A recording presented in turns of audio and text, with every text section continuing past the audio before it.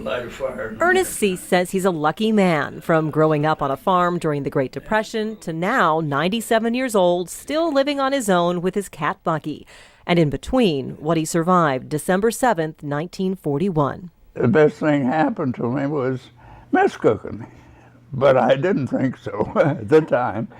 Ernest enlisted in the Navy at age 24. At 26, he was assigned to the USS Oklahoma at Pearl Harbor. Normally assigned to the evaporators in the compressor room 5 levels below deck, coming off kitchen duty had him reassigned to the machine shop only 3 decks down.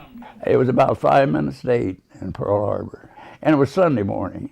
They passed the word, air attack.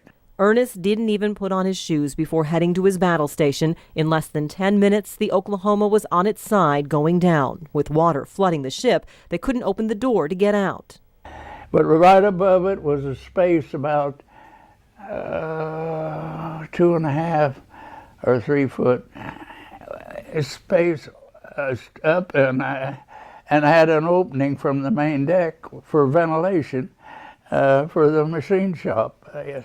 And fortunately, they had a plate that's supposed to be closed, and it wasn't, and we got out through that opening. From there, the seamen walked down the side of the listed ship, jumped in the water, and swam about the length of a football field to Ford Island. I was lucky enough to get off before the water got oil-soaked.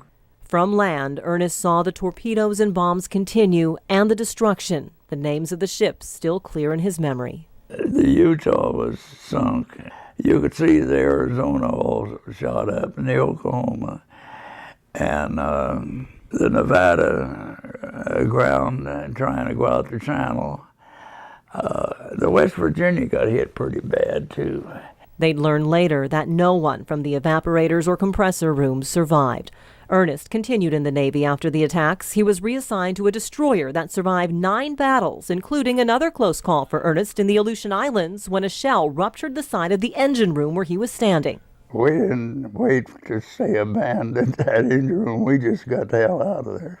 Ernest went on to serve in Korea, retiring from the Navy in 1959. He remembers all his experiences, but especially that day, he says, brought our nation together 71 years ago. I was extremely lucky.